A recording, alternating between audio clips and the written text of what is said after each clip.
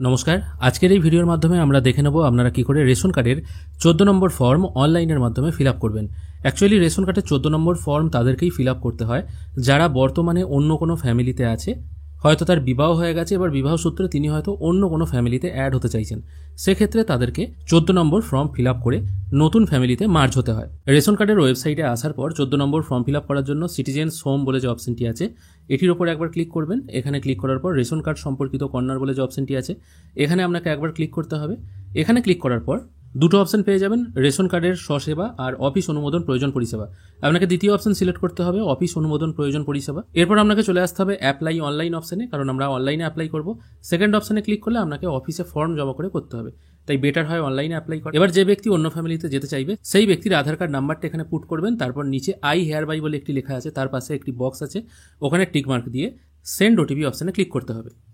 এরপর আপনার ফোনে একটি 6 সংখ্যার ওটিপি চলে আসবে, ওটিপিটি এই ঘরে পুট করে দিয়ে সাবমিট ওটিপি করবেন। এরপর আপনার রেশন কার্ডের ডিটেল এখানে শো করবে। এখানে জিজ্ঞেস করা হচ্ছে ওপরের রেশন কার্ডটি আপনার কিনা, এটা ইয়েস করে নেক্সট অপশনে ক্লিক করবেন। এরপর এখানে বিভিন্ন ফর্মের অপশন চলে এসছে, একটু পেজটিকে স্ক্রোল করে নিচের দিকে আসতে হবে।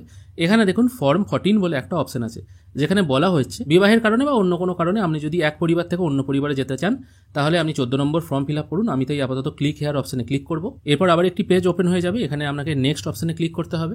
এখানে আপনার ফোন নাম্বার অলরেডি লিঙ্ক আছে, যদি লিঙ্ক না থাকে এখানে আপনার রেশন কার্ডের সঙ্গে ফোন নাম্বার লিঙ্ক করে নিতে পারেন। নেক্সট পেজে আসার পর এখানে আপনাদের টোটাল ফ্যামিলি মেম্বারদের নাম শো হবে, তারপর আবার নেক্সট করবেন। নেক্সট করার পর পরিবারের যে ব্যক্তিকে ট্রান্সফার করা হবে তাকে প্রথমে এখান থেকে চুজ করে নিতে হবে। এই যে পাশে সিলেক্ট বলে একটা অপশন আছে ডান দিকে, ওই অপশনটায় টিকমার্ক দিতে হবে। তারপর সিলেক্ট বেনিফিশিয়ারি অপশনটায় আপনাকে ক্লিক করতে হবে। বেনিফিশিয়ারি সিলেক্ট করার পর ওই ব্যক্তি কি কারণে অন্য পরিবারে যেতে চাইছে সেটা এখান থেকে সিলেক্ট করতে হবে। আমি এক্ষেত্রে এটা ম্যারেজ সিলেক্ট করে নেব, তারপর আবার নেক্সট অপশনে ক্লিক করব। এরপর আপনাকে দিতে হবে ওই উদ্দিষ্ট ব্যক্তি যে ফ্যামিলিতে যেতে চাইছে সেই ফ্যামিলির যে কোনো একজন ব্যক্তির রেশন কার্ড নাম্বার, সেটা এখানে পুট করে আবার নেক্সট অপশনে ক্লিক করবেন। এরপর আধার ভেরিফাই করতে হবে, সেই জন্য ভেরিফাই আধার বলে যে অপশনটি আছে এটির ওপর একবার ক্লিক করবেন। এরপর আধার লিঙ্ক ফোনে আরেকটি ওটিপি আসবে, এই ওটিপিটি আসবে আপনি যে ফ্যামিলিতে যেতে চাইছেন সেই ফ্যামিলির যে ব্যক্তির রেশন কার্ড নাম্বার দিয়েছেন তার আধার লিঙ্ক ফোনে। এরপর আপনি সঠিক ওটিপিটা এখানে পুট করে দিয়ে সাবমিট ওটিপি অ্যান্ড নেক্সট করবেন। প্রথম থেকে আরেকবার বলে দিচ্ছি, প্রথমে যে ব্যক্তি অন্য পরিবারে যাবে সেই ব্যক্তির আধার কার্ড দিয়ে প্রথমে লগ ইন করতে হবে এবং লগ ইন করে টোটাল প্রসেস করার পর সেই ব্যক্তি যে ফ্যামিলিতে যাবে সেই ফ্যামিলির যে ব্যক্তির রেশন কার্ড নাম্বারটা এখানে পুট করবে ভেরিফাই করার জন্য, সেই ব্যক্তির আধার রেজিস্টার ফোনেও কিন্তু একটা ওটিপি যাবে। তাই এই কাজটি যখন আপনারা করবেন, যিনি বেনিফিশিয়ারি আছেন তার আধার কার্ড এবং আধার রেজিস্টার ফোনটা লাগবে এবং তিনি যে পরিবারে যাবেন সেই পরিবারের যে ব্যক্তির রেশন কার্ড নাম্বারটা পুট করবেন সেই ব্যক্তির রেশন কার্ড এবং আধার রেজিস্টার ফোনটা লাগবে, তাহলেই কিন্তু আপনি এই টোটাল ফর্মটা ফিল আপ করতে পারবেন। এরপর আপনি দেখতে পাবেন আপনি যে পরিবারে যাবেন সেই পরিবারের কতজন সদস্য আছে এবং একদম নিচের দিকে দেখুন ব্ল্যাক শ্যাডোয়, মানে একদম নিচের যে 3 নম্বর অপশনটা আছে কালো শ্যাডোর উপরে আপনার নামটা কিন্তু এখানে শো হচ্ছে, মানে আপনি নতুন মেম্বার সেই জন্য আপনার নামটা একদম নিচে আছে, এটাকে আলাদা করে দেখানো হয়েছে। এখানে সরাসরি ফাইনাল সাবমিট করে দেবেন। ফর্ম সাবমিট হয়ে গেল। স্ট্যাটাস চেক করার জন্য সিটিজেন হোম অপশনে চলে আসবেন, তারপর চেক অ্যাপ্লিকেশন স্ট্যাটাস এই অপশনটায় ক্লিক করবেন। এখানে দেখুন আমি 14 নম্বর ফর্ম ফিল আপ করেছি, কারেন্ট স্ট্যাটাস দেখুন অ্যাপ্রুভ দেখাচ্ছে। আমি ভিউ অপশনে ক্লিক করছি আরও ডিটেলে দেখার জন্য। আমি একদম নিচের দিকে চলে আসছি, এখানে দেখুন অ্যাপ্রুভ হয়ে গেছে এবং এখানে ডাউনলোড বলে একটা অপশন দিয়েছে। এবার আপনারা হয়তো ডাউনলোড ই রেশন কার্ড এই অপশনে এসে কার্ডটি ডাউনলোড করার চেষ্টা করবেন, কিন্তু দেখা যাবে নতুন কার্ড ডাউনলোড হচ্ছে না, কিন্তু ওইদিকে দেখাচ্ছে অ্যাপ্রুভ হয়ে গেছে। তাহলে অ্যাপ্রুভ হয়ে গেছে কিন্তু ডাউনলোডও হচ্ছে না, পুরোনো কার্ড সেই পুরোনো ফ্যামিলির নামেতেই সব কিছু ডিটেল শো করছে, ডিলার নেমও কিন্তু ওখানকার শো করছে।